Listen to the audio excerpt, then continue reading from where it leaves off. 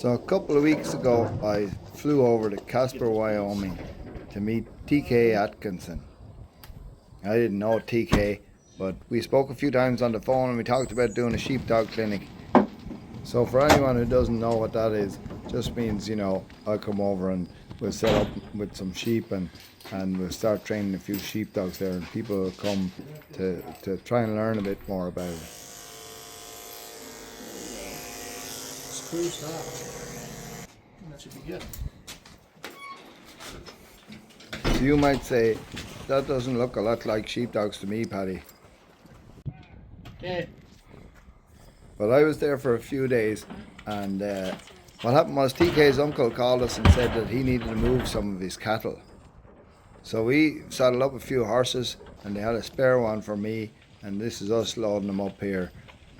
Well, this is Wyatt. Wyatt's doing most of the loading on the trailer. This is TK's son. So TK has two sons. This one is Wyatt, and his other son is Clay. He's not just here. You see him later in the video. Both these boys rode broncs through college, and I think Clay even had a pro rodeo car for a while, but he injured his knee there pretty bad, so that put a stop to that. And so this blonde-haired girl here is Jayme. Jayme is TK's partner, and she's pretty serious about barrel racing, but she brought her barrel racing horse, got her these cattle too. See some pretty wide open country. So this is us riding down the highway there in Jamie's big truck with, we've got about 5 horses behind us in the trailer, and we're on the way to the ranch. It takes it's about 100 miles down to the ranch, and then 40 of that is on gravel roads. Here we are on the gravel roads now.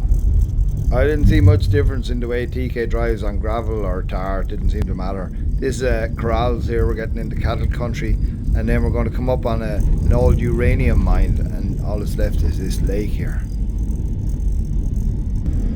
So you see lots of nice black Angus cattle just driving out the road here now on different ranches. And then you see these antelope and deer. There's plenty of these. See, here's a few of them here. They're the antelopes. Now this is us arriving into the old homestead, and it's real cute here. It was sort of just tucked down in a bit of a hollow here out of the wind, and that's obviously where they set up back in the 1900s. It was built in about 1900. And the barn, it was built in 1912. Oh.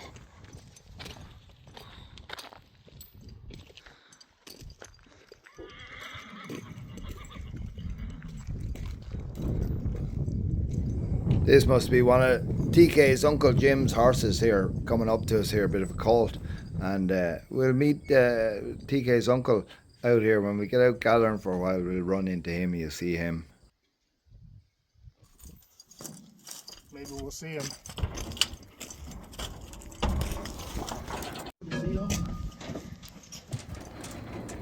Yours are going to be coming out.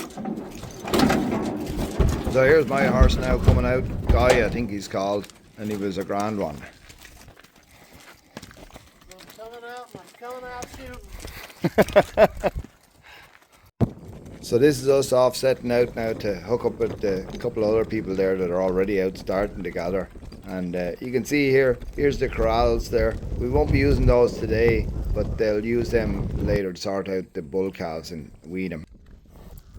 Now where you guys at?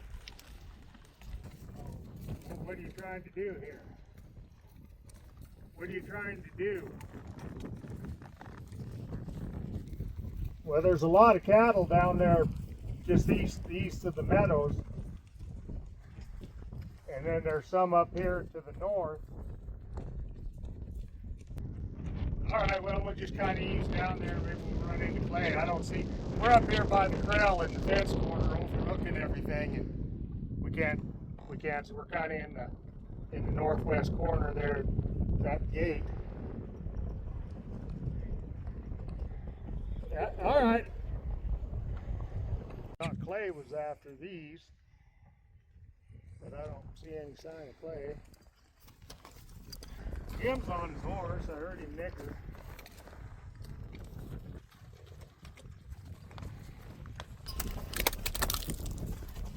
So here's the thing I'm not used to seeing. Look at this cactus on the ground here. Lots of these cactuses around there. There's cat there. All the way out. That's how This is a bit like Lemonlure gathering sheep off the mountain. We have to come up with a bit of a plan.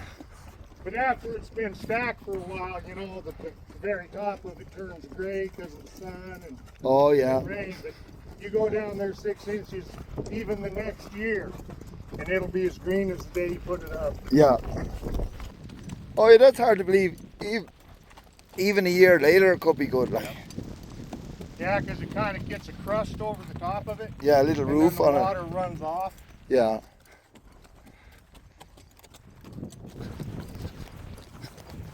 Why don't you take off? Why don't you take off? Yeah, just take off. I can see all his cows, and then one of the bitches spotted it. We'll go get in position. So we met up with Clay and Jim, and they'd started these cattle off. This is Jim here. He's almost 82 years old, and he owns nearly all these cows. Yeah. Oh, the fence is down. They'll just go right into that. How good the piece of town, you know, we planted those trees there and had them going. We never put any cows in there for about 12 years, I guess. And we decided we had to put the cows in. I don't know why we never thought to go about a quarter-mile fence there, right? Hello. What'd you put them in at? 450?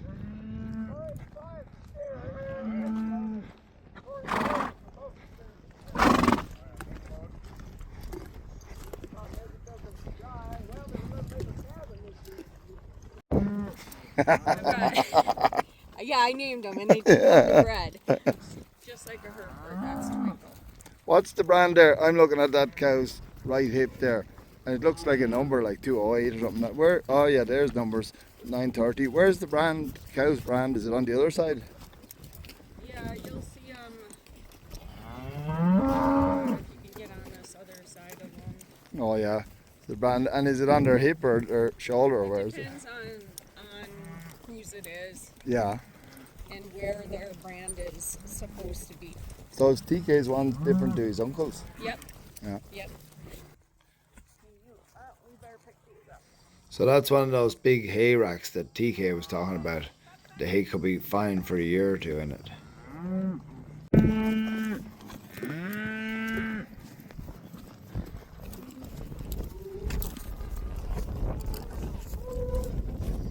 So that's the same mare that Jayme does all her barrel racing on. And she was telling me it's good for her to get out here and just do a bit of regular work, just to freshen up the mare's head and so she doesn't get sour from racing. So you can see Jim out there now, just behind some of his cows. He's bringing those ones down along. And there's TK out there with him, helping him bringing them in along, just on that end of him. There's cows all over the place here. There's plenty of room here.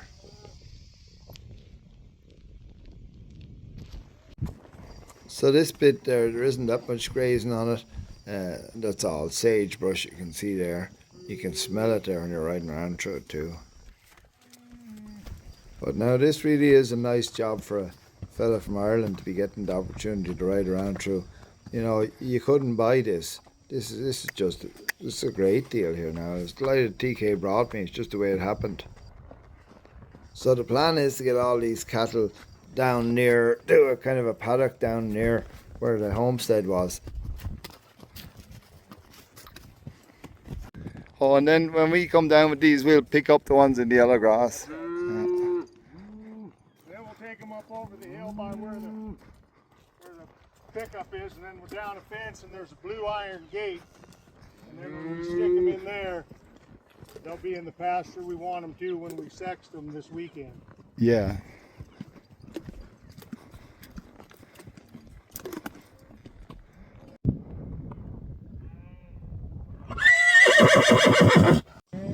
So what TK is saying is bringing them down in a paddock closer to the homestead, and then they're going to separate off all the cows and heifer calves and all the cows and bull calves there the weekend. See that fella? He's 82.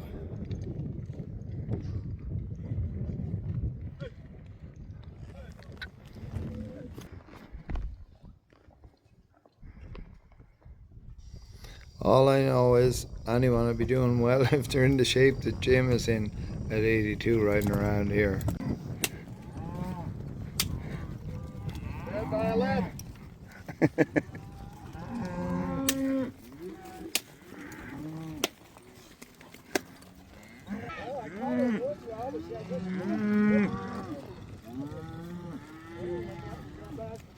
I called her about the next week, and yeah, I cow that way. So I told her all about it.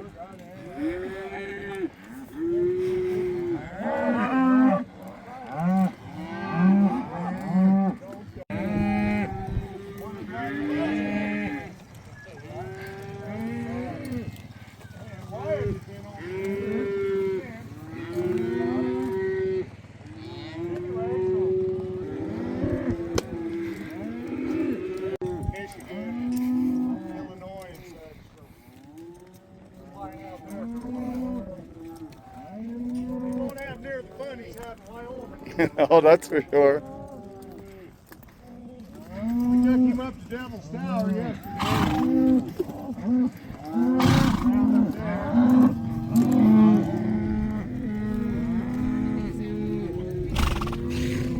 Well, we'll go up there. Probably just kind of follow this road and get those. And then along the fence there, there's that blue gate we were ducking the heifers out last year. He said something about putting them through that gate into that field above the house.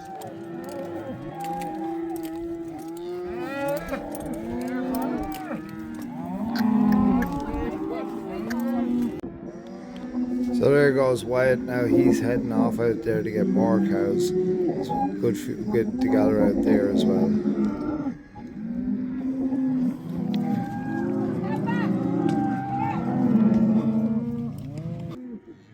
So if you look out there over Jayme, you can see more antelope there. They're just hanging around there grazing. Nobody's really bothering them.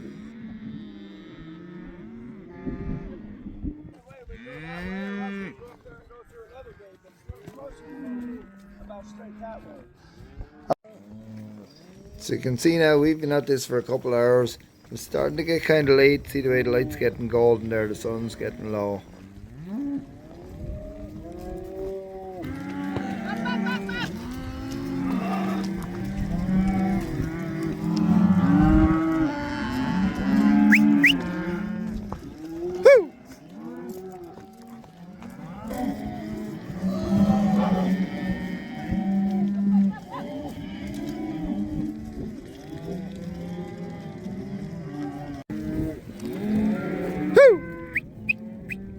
The cows are getting a bit fed up of all this pushing, getting a bit mixed up, but you can see, look out there now, you see, you get some kind of an idea for how many cows there are.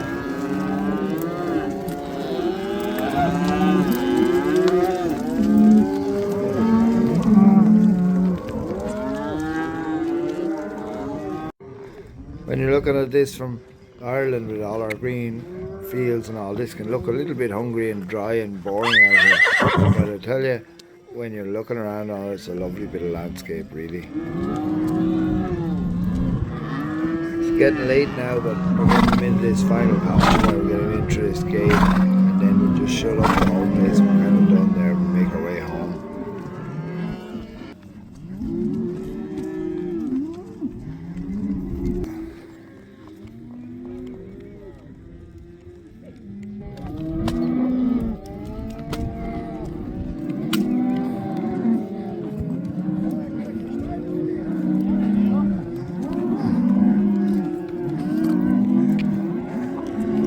So this is how things are done out here, and it's really been a privilege now to get to come along for the ride and move these cows with everybody. There goes Jim now. He's heading off back up for his trailer there, and he'll load up his horse and he'll start making his way back to the homestead too. I'm cold now. You're starting to cool down a bit now, alright? Lost one of my gloves out there. Yeah? Yeah, because my jacket doesn't zip.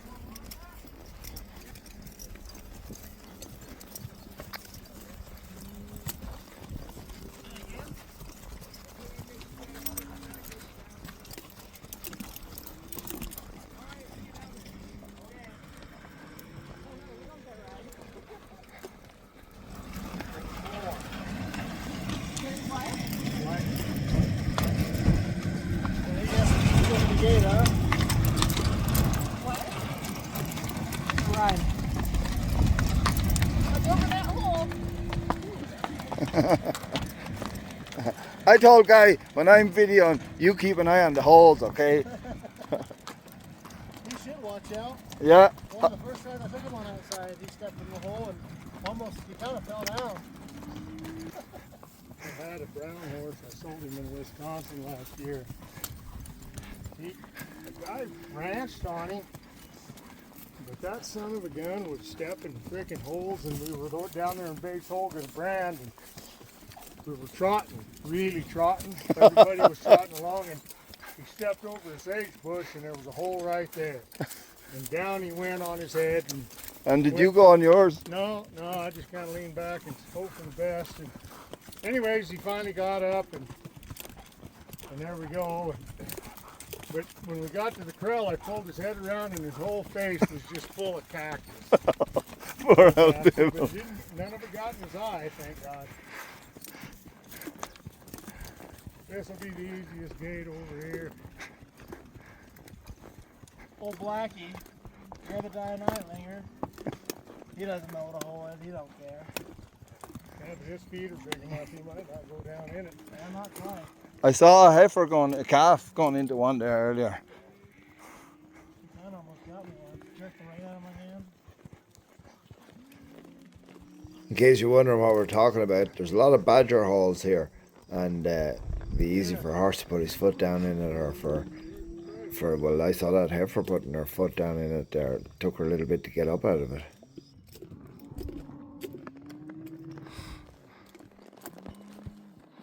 So Wyatt has the job of opening this gate to let us all through.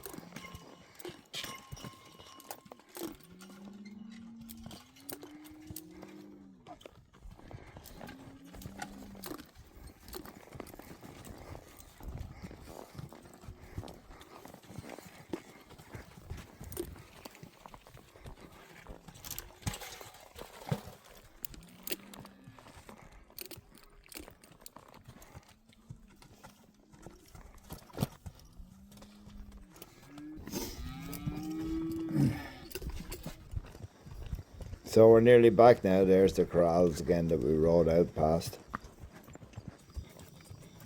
Wyatt's just showing this horse of his just how to get down off a bank, and just to show him a couple of little things there while we're on the way home.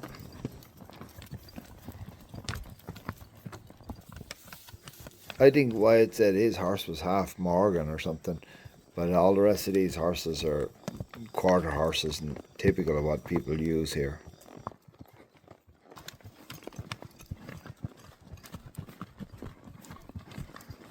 That there's the old blacksmith shop. Oh, this one near me. And how old is it? 1910 sort of a thing too.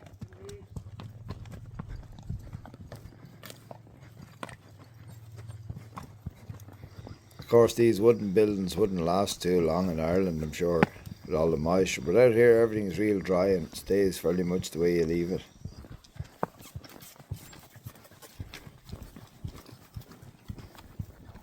You can see those corners, how they're all dovetailed with an axe. Oh yeah, Yeah, the bunkhouse is the same way. yeah.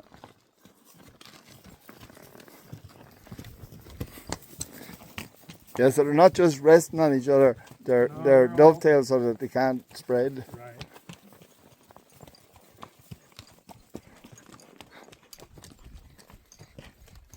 Get my gas. Yeah, he was slow as he looks. He's quiet now.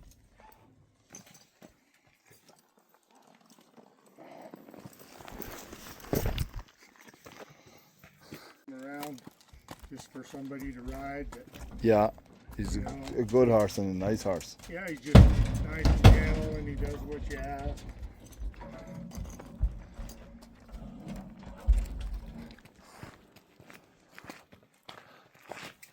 You take him in from here, eh? Yeah. There, guy.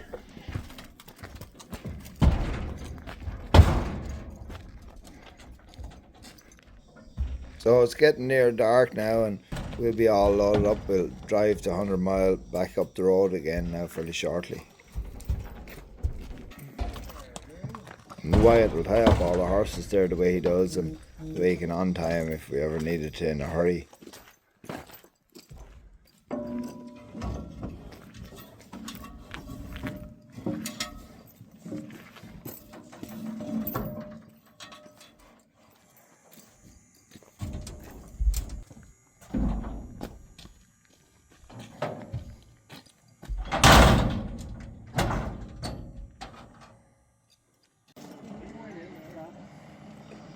Here comes Jayme, and just going to visit with him for a while here before we all head off our separate ways. Act like they never had anything to eat. Well, they got you on that Well, green that grass. goddamn green grass coming up sure puts the binders on things, you know. Well, the grass has grown 3 inches. Yeah, that rain helped. It's the same way over at Casper. Hell's starting to green up again. Well, I don't know. It's pretty frost here about, I don't know, 3 or 4 mornings ago I come over here. The meadow was white. Yeah, it was down to 34 once at our house. Well, thank you, people. That was good. All right, well, I guess we'll see you Saturday. So after a bit of a chat here, we hit the road and 100 mile back up the road and unloaded the horses and went home and went to bed. And the next morning, TK dropped me down to the airport in Casper, and I flew on to Michigan. So that was the end of me and the cattle. But they went back on Saturday and sorted out all the cows and male calves and all the cows and female calves. And then probably a week after that, they'll go back again and sort out all the male calves and ship them off there for their winter feeding. They'll all get weaned and shipped around. I certainly am grateful for TK inviting me out to Wyoming there to do the dog clinic, and that was a lot of fun, and this was a lot of fun, and he took me to see that Devil's Tower, and probably ate too much food the whole time, but it's been a great trip, so I really look forward to getting back to Wyoming sometime.